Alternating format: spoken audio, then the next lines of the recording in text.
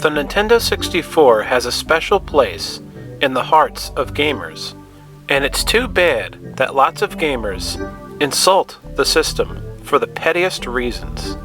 Reasons that never mattered, which we'll address. So why are there so many N64 titles that are underrated classics of the 90s era? It is because tons of gamers hated certain aspects of the console's design, so much so that they missed out on all these amazing N64 games that came and went. I blame the video game magazines of the day. Game magazines of the 90s mocked and bashed the Nintendo 64 to shit, and they were mostly pissed that it used video game cartridges. They acted like it was an embarrassment or something. But, excuse me, weren't cartridges a common industry standard in gaming? N64 first came out in 1996, and it was only 1 year ago in 1995 where CDs emerged in more game consoles. Only 1 year went by, and now all of a sudden cartridges were obsolete. Yes, CD game consoles already happened with the 3DO in 1994 and the Sega CD, but when Sega and Sony launched their new super consoles with CDs, the overhyped PS1 and the underrated Sega Saturn, that's what made people feel that CDs were the next way to go. But it was still mostly a new idea, very much so. CDs were the next exciting thing, and game critics and these magazines just hated that Nintendo wanted to do their own thing, and were punished for not following the crowd. I thought gaming was all about creativity, not obeying every hot new trend. Gaming magazines back then carried a lot of weight. It was before the internet changed things in the 2000s. Back in the 90s, magazines were where people were able to spread their opinions of new video game information.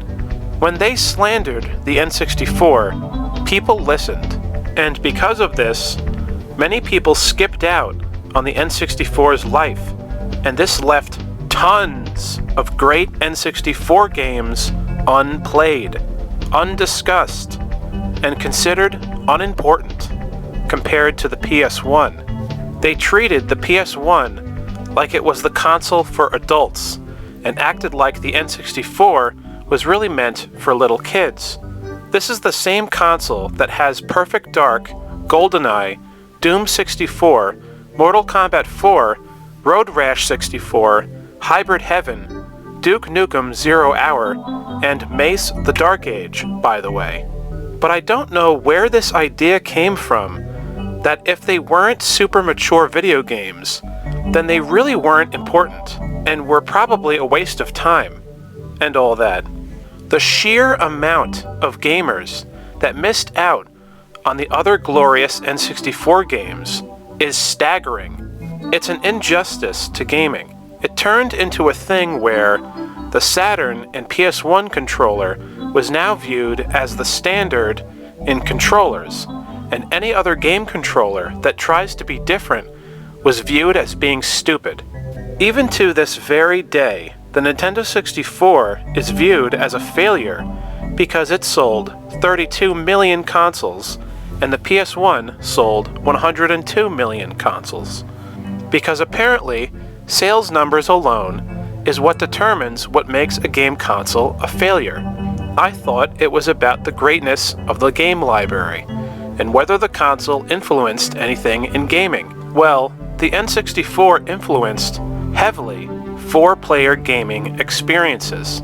Without its titles like Mario Party, Excitebike 64, Super Smash Bros., F-Zero X, Mario Kart 64, GoldenEye, and Star Wars Rogue Squadron, where would gaming be today? Most gamers move on to the next wave of systems once a generation ends, and hardly look back too much. This unfortunately leaves what I would call a blurry effect on the N64 library. They know the big games, Smash Bros., Banjo-Kazooie, Conker's Bad Fur Day, Pokemon Stadium, Diddy Kong Racing, Zelda Ocarina of Time, Yoshi's Story, Rayman 2 The Great Escape, Bomberman 64, etc.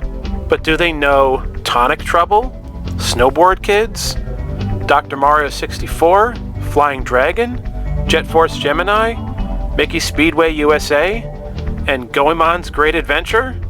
Probably not, because they were way too busy overpraising the PlayStation.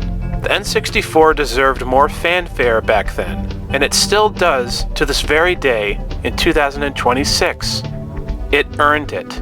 People were wrong about the N64. They were pompous and arrogant about the Nintendo 64 library, and unfortunately, it sealed Nintendo's fate of their public perception to a lot of gamers in the 2000s. With the GameCube, another amazing system that gets shit on.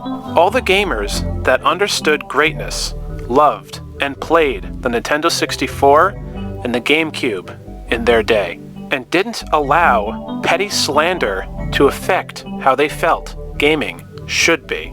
Thanks for watching. Please like and subscribe, and please hit the notification bell so that you don't miss any of my uploads. It really helps me out. Please let me know what you all think. Am I right? Am I wrong? Let's discuss. Thanks again for watching. Have a fantastic week. And my name is SuperPat98, and I'll see you all again next time.